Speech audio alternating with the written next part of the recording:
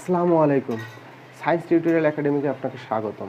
আমরা বর্গের সূত্রের প্রমাণ করেছি হচ্ছে সূত্রের সাহায্যে। এখন আমরা বর্গের সূত্রের প্রমাণ করব একটা জ্যামিতির সাহায্যে। আমরা জানি কোনো একটি বর্গক্ষেত্র যার চারটি বাহুই সমান হবে। একটা বর্গক্ষেত্র যার চারটি বাহুই সমান। এই চারটি বাহুই সমান আমি মনে করলাম এ বি সি ডি একটি বর্গক্ষেত্র। এই বর্গক্ষেত্রের এ বিকে আমরা দুইটি ভাগে ভাগ করি, একটা হচ্ছে ছোট হাতের এ, একটা বি বিবেচনা করি। এটাও হচ্ছে এ, এটাও বি বিবেচনা করি।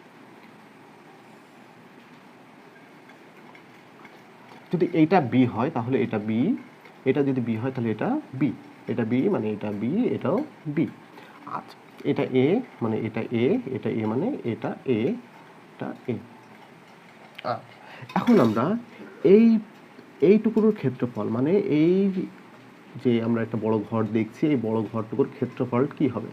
এই বড় ঘরটুকুর ক্ষেত্রফল হবে হচ্ছে এ স্কয়ার, কারণ এটি একটি বর্গক্ষেত্র। এটি একটি কি আয়তক্ষেত্র।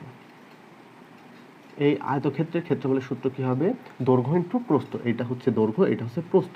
তাহলে এ বি, এই ছোট্টটুকু যার চারটি বাহুই সমান, তাহলে এর ক্ষেত্রফল কি হবে? B square. আমরা দেখছি এই নিচের যে অংশটুকু, এই অংশটুকুর ক্ষেত্রফল কি হবে? এটা বি, এটা এ, তাহলে দৈর্ঘ্য ইনটু প্রস্থ, এর ক্ষেত্রফল হবে হচ্ছে এ বি। তাহলে আমরা মোট ক্ষেত্রফল হবে, মোট ক্ষেত্রফল আমরা বড় অংশের ক্ষেত্রফলটা কি হচ্ছে, আমরা একটা বাহুকে এ বি ধরেছি, তার মানে এর ক্ষেত্রফল ইকুয়াল টু ছোট ছোট অংশগুলোর ক্ষেত্রফল মানে এ স্কয়ার, এইটার হচ্ছে এ বি, এইটার হচ্ছে বি স্কয়ার, এইটা হচ্ছে এ বি, মানে সম্পূর্ণ আমরা যোগ করেছি।